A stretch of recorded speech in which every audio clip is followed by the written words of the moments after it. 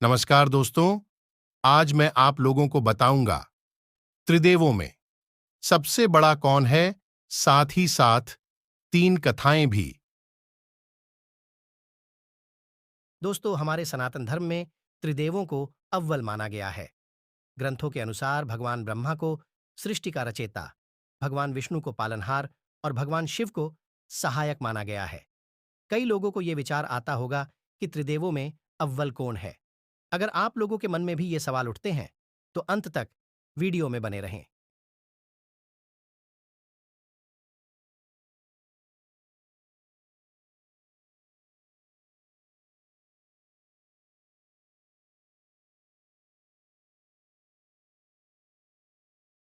त्रिदेवों की उत्पत्ति के संबंध में हमें तीन कथाएं मिलती हैं।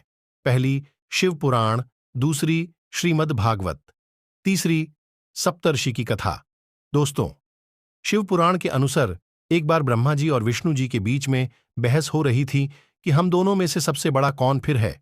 उनके बीच में एक शिवलिंग उत्पन्न हो गया और आकाशवाणी हुई कि जो इस शिवलिंग का अंत ढूंढ लेगा वह त्रिदेवों में अव्वल कहा जाएगा। भगवान ब्रह्मा ने हंस का रूप धारण किया और भगवान विष्णु ने अपने वराह अवतार का रूप धारण किया। दोनों भगवान ऊपर नीचे चले गए। हजारों वर्ष बीत गए, लेकिन किसी को अंत नहीं मिला। भगवान विष्णु ने सच कहा कि उन्हें अंत नहीं मिला, लेकिन भगवान ब्रह्मा ने झूठ कहा कि उन्हें अंत मिल गया। तभी भगवान शिव प्रकट हुए और भगवान ब्रह्मा का झूठ बोलने वाला मुख अपने त्रिशूल से काट दिया और ये श्राप दिया कि सृष्टि में उनकी पूजा कभी नहीं होगी। और भगवान विष्णु से प्रसन्न हो जाने पर उन्हें वरदान दिया कि संसार में उन्हें मेरी तरह ही पूजा जाएगा। दोस्तों, कथा के अनुसार शिवजी सबसे बड़े हैं। दोस्तों, अब जानते हैं श्रीमद्भागवत के अनुसार त्रिदेवों में सबसे बड़ा कौन है। दोस्तों, यमुना नदी के तट पर आर्षि मुनि त्रिदेवों के बारे में विचार कर रहे हैं कि त्रिदेवों में सबसे बड़ा कौन है।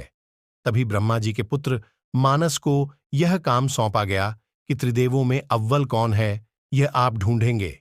वह ब्रह्मा जी के पास गए और ब्रह्मा जी को प्रणाम नहीं किया, जिस वजह से ब्रह्मा जी क्रोधित हो गए। उसके बाद वह कैलाश पर्वत पर भगवान शिव के पास पहुंचे। भगवान शिव ने अपने स्थान से उठकर उन्हें सादर प्रणाम किया, लेकिन मानस ने कहा कि प्रभु, आप हमेशा असुरों को वर दे देते हैं, जिस वजह से सृष्टि संकट में पड़ जाती है। उसके बाद वह पहुंचे वैकुंठ धाम में स्थित भगवान विष्णु से भेंट करने। भगवान विष्णु अपने निंदा अवस्था में, फिर उन्होंने उनकी छाती पर लात मारी। भगवान विष्णु ने उठकर उनसे कहा, कहीं आपको पीड़ा तो नहीं हुई, क्योंकि मेरी छाती बहुत ज्यादा कठोर है।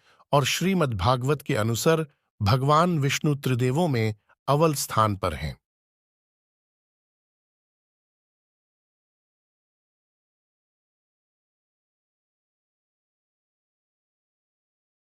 दोस्तों, एक बार भगवान शिव ने सोचा कि मैं विनाशक हूं, तो क्या मैं भगवान विष्णु और भगवान ब्रह्मा का भी विनाश कर सकता हूं? उन पर भी मेरी शक्तियां प्रभावी होंगी।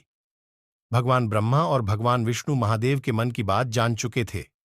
उसके बाद वह दोनों महादेव के सामने प्रकट हुए और भगवान ब्रह्मा ने कहा, है महादेव, आप अपने त्रिशूल से मुझ पर प्रहार करें। महादेव के प्रहार करते ही भगवान ब्रह्मा राख में तब्दील हो गए।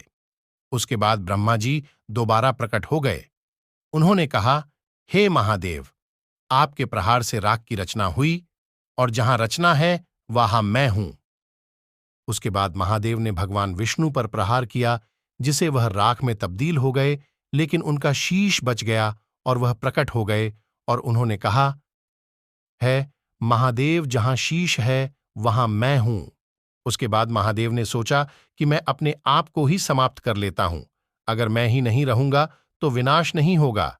महादेव के यही कहते महादेव ने अपने ऊपर प्रहार कर लिया, जिससे ब्रह्मा विष्णु महेश तीनों राख में तब्दील हो गए। फिर एक राख से ब्रह्मा जी प्रकट हुए, क्योंकि राख की रचना हुई थी।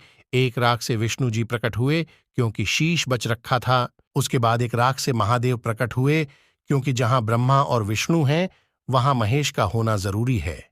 उसके बाद त्रिदेवों को समझ आ चुका था कि हम तीनों का होना ही जरूरी है।